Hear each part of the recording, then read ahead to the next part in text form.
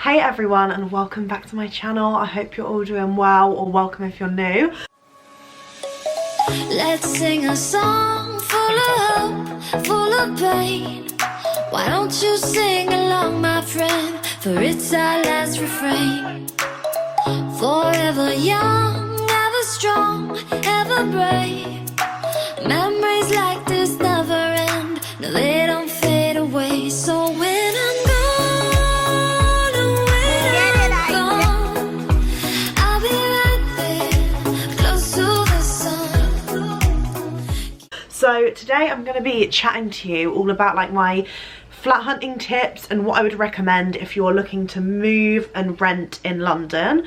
I feel like it's such a whole new ball game to renting anywhere else. I don't have like masses of experience, so take what I say with a pinch of salt, but I have moved to 2 different London properties for the time I've been here, and I had 2 completely different experiences, so I feel like I've got like a lot of knowledge from those experiences to share, which is why I thought this video would be great to make. And also it helps that I'm quite an oversharer and very open, so I am willing to just talk about everything and anything. So when I asked questions on Instagram, I've sort of like formulated this video to go alongside that, and then I will answer any other questions that I may have missed at the end, and I will double check. First things first, I originally lived in Earl's Court. When I moved for the first time to London, it was during the pandemic, so flat prices were way cheaper than they are now. Me and Carrie, I moved in with my best friend, so it was a completely different dynamic to my current one, which is living with my boyfriend. Yeah, me and Carrie basically had very different like priorities, I think, because Carrie had already lived with a previous boyfriend, so I feel like she had more like a checklist of what she wanted in our flat that we were going to live in, whereas I only had experiences from uni and living with uni friends, so I feel like I didn't have as much of a like strict list, I think. But yeah, so we had to figure out and find a place that we were both happy with, which obviously can be a bit of a difficult one if you have different needs, but it wasn't too bad in the end. It allowed us to see a lot of places. We went to see a lot of different flats and houses, and they were all completely different. And we found out that a lot of photos lie, or a lot of photos are taken in 0.5 lens, so the rooms look bigger than they are. So make sure you can see a video of the rooms, or if you can't physically go to the viewing and you're not that fussed about physically going and seeing the place and you're happy with photos and videos, make sure you've got those videos, because they really show a lot more than photos do. They can really warp and sort of like fabricate the photos in a way by like upping the lighting, editing things out and shit like that, you know, show things more like mold, or even just bring things to life that you don't see in photos. For example, plug sockets were like a massive thing for me, because I've got a lot of tech stuff with my job, so having a lot of plug sockets is always like handy, and like the actual location of where the plug sockets are in the room is pretty good. And other things to know, check for dampness on the like ceilings area, because in the place that me and Carrie ended up staying, there was like a little patch of like damp in the corner of the lounge, but that ended up interfering in my room as well. And if any of you guys remember and watch my vlogs, I had like a massive damp patch because there was a balcony above me and all of the water was like seeping through because the asphalt was basically shit that they'd used to so yeah, anyway, it ended up being like super annoying, and I had like a black ceiling, which was not ideal when I've been like filming and stuff in my room. So yeah, and it's just not nice to have like massive damp patches when you're paying an extortionate amount for rent. There are a lot of things to consider, but for me, I'd say make sure you get those videos if you're not around and not available to do physical viewing. Other things I would say is, if you're traveling into London, try your very best to book loads in one day, because you don't want to be paying excess or extra for like multiple days a week, and it can obviously interfere with your work life and stuff. So I'd say like make sure you get as many in one day as possible. The market is so fast paced and quick moving, so you really have to get in there. So I think for most of the time we'd visit between like 8 and 10 flats a day, which was crazy, and it was very tiring, I'm not gonna lie. Build those relationships with the estate agents and letting agents, but don't let them also fool you into thinking that things are better than they are, because they want you to like grab a property as well. It's like quite a hard and difficult one. But I think my #1 tip for when you are looking to rent or move to London is getting on estate agent and letting agents emailing lists, because they send you properties that get put straight on the websites like Rightmove, Zoopla, all of those sites I will leave down below as well, so you can go have a little look through them if there are ones that you don't know. But yeah, if you get in with the letting agents, then they will send you those properties before they even get put on the site sometimes, or as they get put on the site, so you're like the first people to see it. You can jump in, book a viewing, and yeah, you could be the first one to snatch it up when a good deal comes around. If you're going into London with like no clue of what London is, which is sort of what me and Carrie did really, like we obviously knew a bit about it, but we weren't very clued up as we are now about the areas. We viewed properties all across London. We started looking in Wembley and we realised it was like way further out than we wanted, which I know is not always accessible. Like I think it is just dependent on what you are looking for as an individual. If you're not going to be in central London all the time but you still want to be like London based, Wembley is like the perfect location because you can get the tube in like every now and again, but it's not like an essential to get in, if that makes sense. Like I don't know, I feel like this is all like very preferential, so don't always take what I'm saying in that way, but I'm just saying it from my experiences.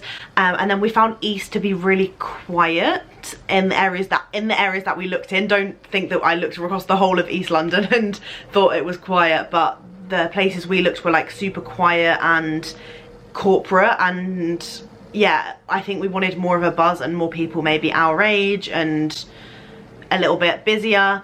And then basically we found this property in Earl's Court and we fell in love with it. It had a little like staircase. My room was upstairs with the toilet and like a big balcony. The balcony was bigger than my room, which is kind of mad.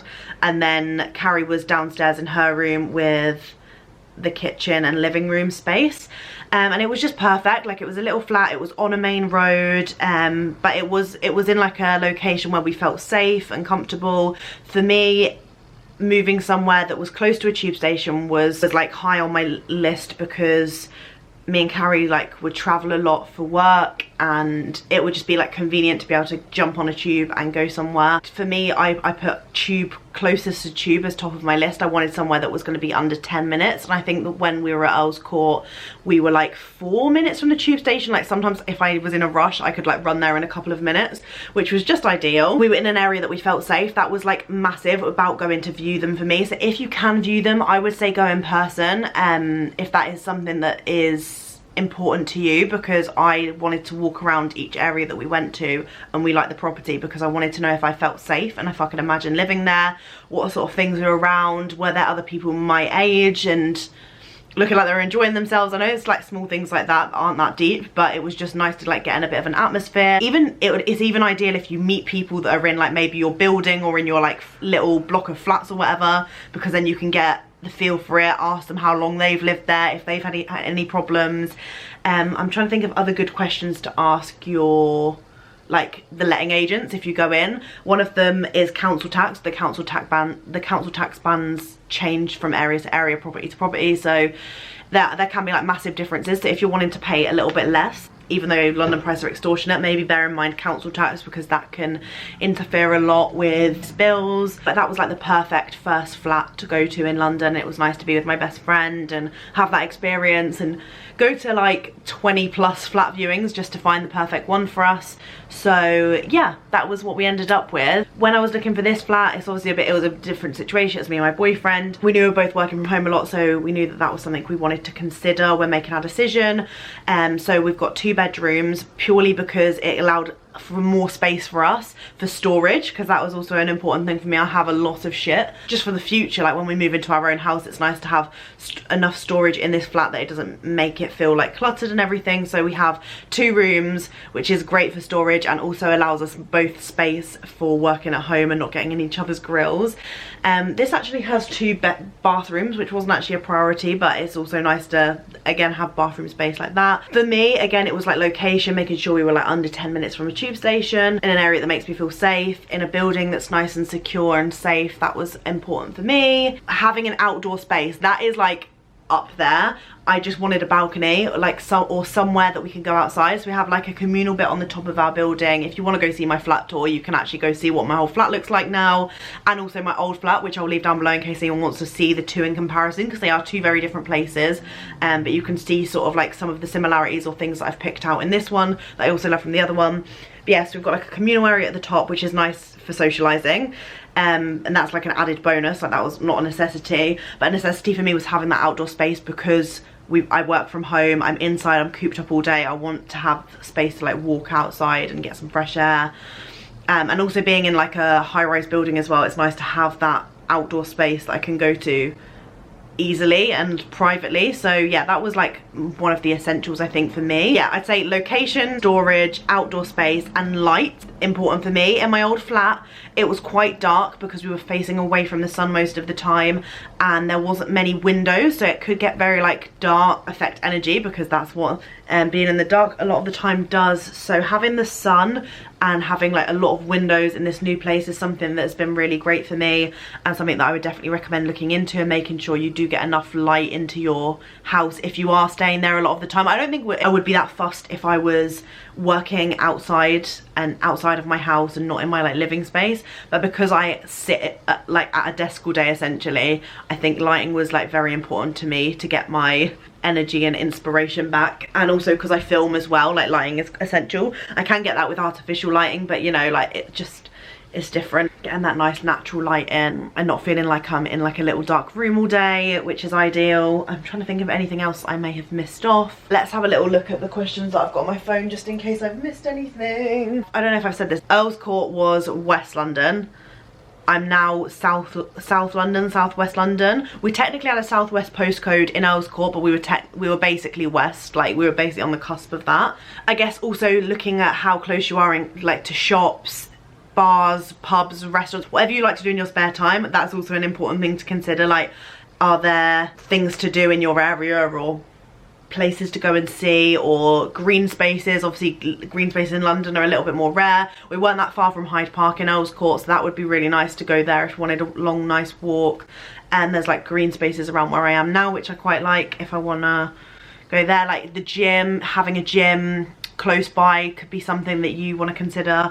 So yeah, it's really important to like get all these things, I think, on paper or on your notes on your phone, and figure out what's an actual necessity for you, what you would want as well, because if you can get those wants as added bonuses, then it will make you even more excited. Put less stress on you about paying that money, because it is a big sum of money to hand over in one go. And for me and Carrie, it was very annoying because we both did social media jobs, and it was like our first proper, it was like the year after our first proper year doing it. We had to pay 6 months rent in advance, which is just absolutely mental, alongside a deposit as well. So we were paying a lot of money up front. I think it was 11,000 between us, which is just crazy, and it was like a massive risk for us as well. So yeah, that's not a normal thing to do, because we hadn't had like our first proper tax year through. But I had lots of savings because the timing was perfect, because I had loads of savings over lockdown, if that makes sense. I'm just going to quickly run through these last questions just to make sure I've covered them. Cheapish areas for recent graduates. I would say cheap areas that are still like quick to get into central London and that are worth moving to London for, in my opinion. I'd say like maybe Clapham, Battersea,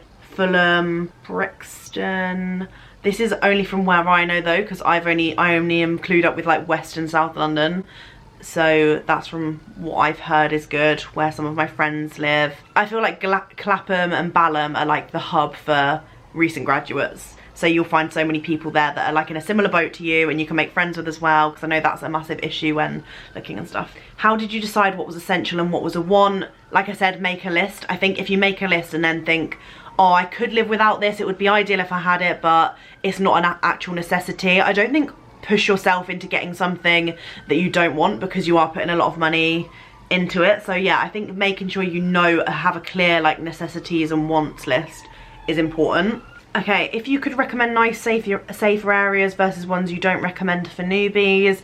There's not really any areas I don't want to recommend. I feel like it's not fair to do somewhere I could feel safe, someone else might not feel safe, and vice versa. So yeah, I just repeat all of the same ones I've said before, like Clapham, Balham, Fulham, Brixton, Hammersmith, Chiswick, Acton. Like they're all the places that I know that people live and they find it safe. So hopefully that helps. What were your absolute no's when moving? I'm not gonna lie, I wasn't very fussy when I moved the first time. Like I was just open as long as I had somewhere out, like an outdoor space. Maybe that's it, like being somewhere boxed in with no like garden or balcony or little like terrace area to go out to.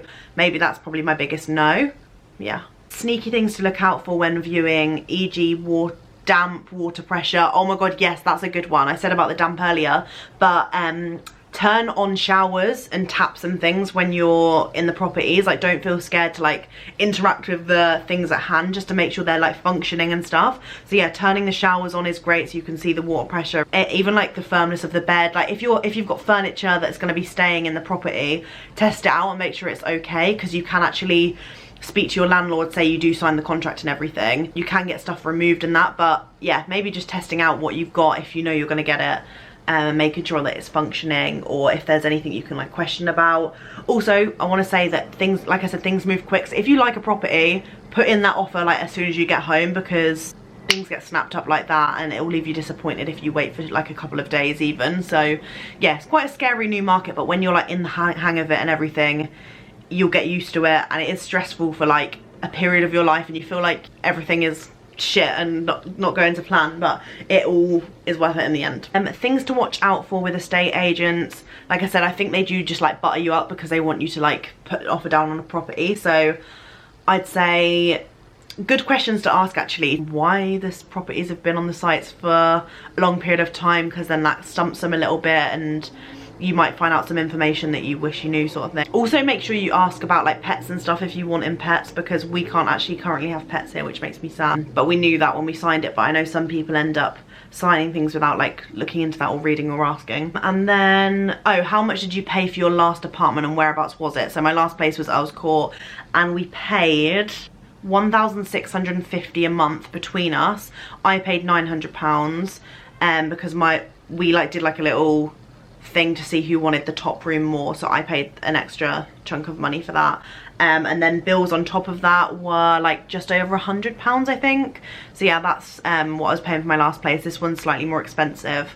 That's all of the questions answered and all of the things that I wrote on my notes. If there's anything else that I haven't covered, please make sure to DM me or comment down below if you want a quick answer, and I will get back to you as soon as possible. Make sure to hit a thumbs up if you're enjoying. Let me know what else you want to see on my channel. I've been really enjoying vlogging at the minute, but I know sometimes I do like a little sit down video and having a catch up and hopefully be creating like educational, informative content like this.